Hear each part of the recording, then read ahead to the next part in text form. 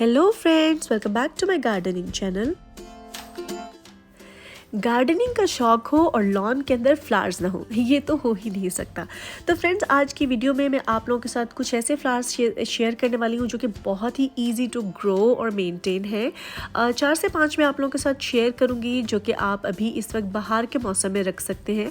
और इसके बाद मैं आपके साथ शेयर करने वाली हूँ कुछ ऐसे फ्लावर्स भी जो कि आप तेज़ गर्मी के दिनों में भी रख सकते हैं। तो यहाँ पर पहले नंबर पर हम जिस प्लांट के बारे में बात करने वाले हैं, इसका नाम है पेटूनिया। और इसकी सीडलिंग जो है ये मैंने तकरीबन जनवरी के एंड से या फेब के स्टार्टिंग से ही जैसे ही नर्सरीज में आना शुरू हुई थी लगा दी थी। अच्छा, उस टाइम काफ़ी ज़्यादा सर्दी पड़ रही थी तो काफ़ी सारे प्लांट्स जो है वो मेरे बीच में ख़त्म भी हो गए, जिनको मैंने साथ साथ दोबारा लगाया। अच्छा, इन प्लांट्स को मैं आपको सीड से ग्रो करने का कभी सजेस्ट नहीं करूँगी क्योंकि इसके सीड्स बहुत ही बारीक होते हैं और घर पर इसे ग्रो करना काफ़ी मुश्किल होता है। यहाँ पर आप देखिए तो ये काफ़ी सारे आपको प्लांट्स बुशी नज़र आ रहे होंगे। अच्छा, ये जो मेरा एक बॉक्स है तो पिछले साल मैंने यहाँ पर डिफरेंट तरह के शेड्स लगाए थे, लेकिन वो रिज़ल्ट अच्छा नहीं मिला क्योंकि इसकी हर वैरायटी का हाइट या उसका फैलाव जो है वो डिफरेंट तरह का होता है और उसकी नीड्स भी बिल्कुल डिफरेंट होती हैं। तो क्या होता है कि कुछ पौधे बड़े हो जाते हैं, कुछ छोटे रह जाते हैं, तो वो वैसे भी बैलेंस नहीं रहता और बिल्कुल भी प्लांट्स अच्छे नहीं लगते। तो मैंने इस दफ़ा इस पूरे बॉक्स में एक ही टाइप के फ्लावर्स लगाए थे और ये बहुत ही ज़बरदस्त ग्रो किए हैं। अभी आप देख सकते हैं कि तकरीबन आधे जो है ये खिले हैं और आधे स्टिल इस तरह से है कि ये खिलने वाले हैं। जब ये कंप्लीट खिल जाएंगे तो ये बिल्कुल फ्लावर्स के साथ कवर हो जाएगा। केयर की बात की जाए तो इसको फुल सनलाइट चाहिए होती है और इसके अलावा मुझे नहीं लगता कि कोई ख़ास डिमांड होती है पेटूनिया के फ्लावर्स की।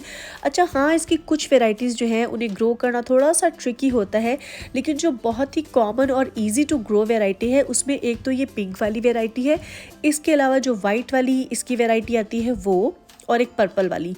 ये 3 इस तरह की होती है कि हर तरह की कंडीशंस में ग्रो कर जाती है। प्लांट लगाने से पहले ही सॉइल में मैंने बहुत सारी पत्तों की खाद, गोबर खाद और वर्मी कंपोस्ट मिला दी थी। अब इसके अलावा मैंने इनको किसी तरह का कोई फर्टिलाइजर नहीं दिया। अगर आप चाहें तो आप इसे डीएपी भी डाल सकते हैं। डीएपी डालने से भी बहुत ही अच्छी फ्लावरिंग और बहुत ही अच्छा रिजल्ट मिलता है। दूसरे नंबर पर है ये बहुत ही खूबसूरत सा कैलेंडुला का पौधा। तो कैलेंडुला का पौधा जो है ये बहुत ही बुशी सा हो जाता है और काफ़ी लंबे टाइम पर इसी तरह से भर भर कर इस पर फ्लावर्स आते रहते हैं। इसकी भी सॉइल में ही मैंने पहले काफ़ी अच्छे से मिक्सिंग की थी तो दोबारा मुझे इन्हें कुछ नहीं देना पड़ा। यहाँ पर आप देख सकते हैं कि मैंने बल्ब्स भी साथ लगाए हुए हैं और वो भी अब काफ़ी अच्छे ग्रो कर रहे हैं। इसके बावजूद प्लांट्स जो है वो काफ़ी हेल्दी है और बहुत ही बड़े साइज़ का इस पर फूल आ रहा है। मुझे लिक्विड फर्टिलाइजर्स बहुत पसंद है, तो जैसे ही कोई लिक्विड फर्टिलाइज़र रेडी होती है, जब मैं वेजिटेबल्स को देती हूँ तो जो भी बच जाती है वो सारे फ्लावर्स को मैं डालती ही रहती हूँ। तो आप देख सकते हैं कि मेरे जो प्लांट्स हैं वो बहुत ही हेल्दी है, किसी तरह का इस पर कोई पेस्ट का अटैक नहीं हुआ है। और साथ ही साथ आप फ्लावर्स का साइज़ चेक करें, बहुत ही ज़बरदस्त और हेल्दी पौधे हैं। वैसे तो इसके पौधों को आप सीड्स के साथ आसानी से ग्रो कर सकते हैं, लेकिन स्टिल मैं आपको यही सजेस्ट करूँगी कि इतनी हैसल करने के बजाय आप मार्केट से इनकी पनीरियाँ लाएं और टाइमली उन्हें जो है ट्रांसप्लांट करें। अच्छा, ये देखिए जब इसके फ्लावर्स जो हैं स्पेंट हो जाते हैं तो इस तरह से इसके ये पॉड्स होते हैं और ये जब आहिस्ता आहिस्ता इसी तरह अगर आप इसको रहने देंगे तो इसके ऊपर इसके सीड्स बनना शुरू हो जाते हैं। अभी ये ग्रीन कलर के हैं और अगर आप इसके सीड्स को मैच्योर होने देंगे तो ये डार्क ब्राउन कलर के हो जाएंगे और आप चाहें तो इसको नेक्स्ट सीजन के लिए सेव भी कर सकते हैं। फ्लावर्स के अगर आप सीड सेव करना चाहते हैं तो इसे अखबार में रैप करके पॉलीथीन के बैग में डाल करके रख दीजिए। अगर आप अगले साल ग्रो करेंगे तो इसके लिए आपको इसको अंधेरी और ठंडी जगह पर रखना होगा। तीसरे नंबर पर मेरा बहुत ही फेवरेट सा प्लांट जो है ये है जेरेनियम। जेरेनियम में भी बहुत सारी वैरायटी आती है और बेसिकली अगर इसको देखा जाए तो ये एक परमानेंट प्लांट होता है। अभी आप देखिए इसके जो फ्लावर्स हैं, जो एक बुश बना है, ये स्पेंट हो जाएंगे और अभी ऐसे लग रहा है जैसे इसका प्लांट बिल्कुल ख़त्म होने वाला है, लेकिन ये ख़त्म नहीं होगा। साथ ही साथ इसकी पत्तियाँ ग्रो करेंगी और जैसे जैसे पत्ते ग्रो करेंगे साथ साथ नई शूट्स भी निकलेंगे और इस पर फ्लावरिंग होती रहेगी। जब इसका सीज़न ख़त्म हो जाएगा तो फ्लावरिंग आना बंद हो जाएगी, लेकिन इसके पत्ते इसी तरह से रहेंगे। अच्छा, मैंने इन प्लांट्स को भी किसी तरह की कोई एक्स्ट्रा फर्टिलाइज़र नहीं दी हुई है। एक्चुअली जो प्लांट्स होते हैं, जो फ्लावरिंग प्लांट्स होते हैं, उनका लाइफ साइकिल वैसे भी कम होता है और अगर आपने रिच सॉइल बनाई है तो उनकी एक लाइफ साइकिल के लिए वैसे भी जो न्यूट्रिएंट्स होते हैं उसके अंदर वो इनफ होते हैं।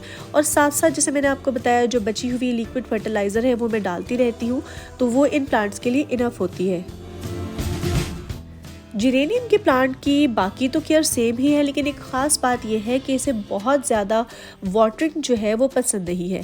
आपने जब भी इसको पानी देना है, एक ही दफ़ा अच्छे से वाटरिंग कर दें और इसके बाद इसे मुकम्मल तौर पर ड्राई होने दें। मेरे पास इस दफ़ा 3 कलर्स आ गए हैं इसके। वैसे मैंने एक ही ख़रीदा था क्योंकि मैं चाह रही थी इस दफ़ा कि सारा रेड कलर हो जाए, लेकिन ये एक डार्क पिंक और एक लाइट पिंक का शेड भी इसमें आ गया है, जो कि बहुत ही प्यारा सा लग रहा है। और ये रहा रेड वाला, जो कि एक्चुअली मैंने ख़रीदा था, लेकिन चूँकि जब इसको ख़रीदते हैं तो इसके पौधे छोटे होते हैं और घर आकर जब इस पर फ्लावरिंग शुरू होती है तो ही इसके एग्जैक्ट कलर्स पता चलते हैं। जेरेनियम के प्लांट को आप कटिंग से भी आसानी के साथ ग्रो कर सकते हैं। अगर आपके पास पिछले साल के पौधे हों तो आप इसको फरवरी के एंड में या फिर मार्च में पॉट्स में लगा दीजिए। इसकी छोटे छोटे पीसेस भी आप लगा देंगे तो आपको इससे नए प्लांट्स मिल जाएंगे। और ये जो फ्लावर आप स्क्रीन पर देख रहे हैं, ये भी मेरा बहुत ही फेवरेट प्लांट है। फेवरेट ये इसलिए नहीं है कि इसके फूल बहुत प्यारे होते हैं या इस पर तरह तरह के रंग हमें देखने को मिलते हैं, बल्कि इसकी अच्छी बात, आप ज़रा पॉट साइज़ चेक करें।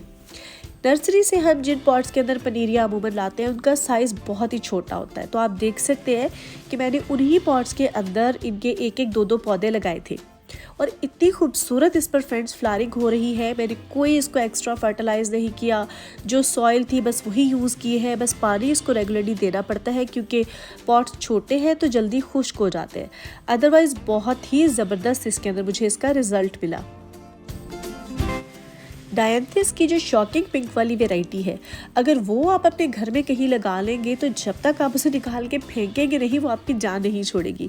क्या होता है कि इसके फ्लावर जैसे जैसे स्प्रेड होते जाते हैं, सीड साथ साथ ज़मीन में ग्रो करते और छोटे छोटे इर्द गिर्द पौधे जो है वो साथ ही साथ बनते आते हैं। जैसे पहले वाले पौधे ख़त्म होने लगते हैं तो जो नए पौधे निकले होते हैं उस पर फ्लावरिंग स्टार्ट हो जाती है। तो इस तरह तकरीबन सारा साल आपका लॉन जो है डायंथिस के फूलों से भरा रहता है।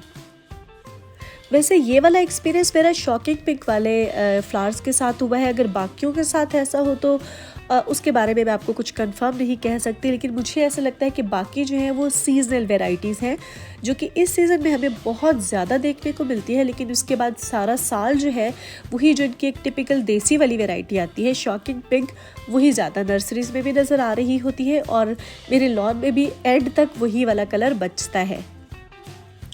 और अब अगर बात करें विंका के फ्लावर्स की तो इसकी तो क्या ही कहने, क्योंकि ये एक ऐसा पौधा है जो कि सख्त गर्मी के अंदर भी बहुत ही भर भर कर फूल देता है और इसके प्लांट की भी आपको कोई बहुत ज़्यादा केयर नहीं करना पड़ती। अच्छा, ना सिर्फ ये गर्मियों में बहुत ज़्यादा फूल देता है बल्कि सख्त सर्दी को भी काफ़ी हद तक बर्दाश्त करता रहता है। फ्लावर्स का साइज़ छोटा हो जाता है, पत्तियाँ या तो झड़ जाती हैं या कम रह जाती हैं, पर ये ऐसा पौधा है कि सारा साल आपके लॉन या गार्डन से जाता नहीं है। इसे प्रोपगेट करना भी इंतहाई आसान है। इसकी छोटी सी स्टिक 3 से 4 इंच की लेकर के भी अगर आप सॉइल में लगा दें तो ये वहीं से नए पौधे बना लेता है। बल्कि इसके अलावा जैसे जैसे इसके फ्लावर स्प्रेड होंगे आपको अपने लॉन में जगह जगह इसके नन्हे नन्हे पौधे देखने को मिल जाएंगे, जिन्हें आसानी के साथ आप ट्रांसप्लांट कर सकते हैं और जहाँ पर भी चाहे इसे दोबारा ग्रो कर सकते हैं। जैसे जैसे मौसम गर्म होगा तो इसका पौधा जो है ये बड़ा होता जाएगा, भरता जाएगा पत्तियों से और साथ साथ फूलों से। ये भी मैंने बहुत ही छोटे से प्लांटर में लगाया हुआ है। जैसे ही पेटूनिया का या फिर कैलेंडुला का टाइम ख़त्म होगा तो यहाँ पर गुलदाउदी जो है इसके आप देख सकते हैं पौधे मेरे बहुत ही प्यारे से रेडी हो रहे हैं, तो फिर इनका टाइम आ जाएगा। और जब सख्त गर्मी होगी तो उस टाइम पे देखने को मिलेंगे लॉन में विंका के पौधे, गुलदुपहरी के पौधे। गुलदुपहरी के पौधे भी मैंने सेव किए हैं, जब इसे ट्रांसप्लांट करूँगी तो वो वीडियो भी आप लोगों के साथ शेयर करूँगी। तो ये तो थे जी कुछ फ्लावरिंग ऑप्शंस। आप लोगों के लॉन या गार्डन में कौन से फ्लावर्स हैं नीचे कमेंट करके ज़रूर बताइएगा। मैं मिलूंगी आपसे नेक्स्ट वीडियो में। Till than happy gardening.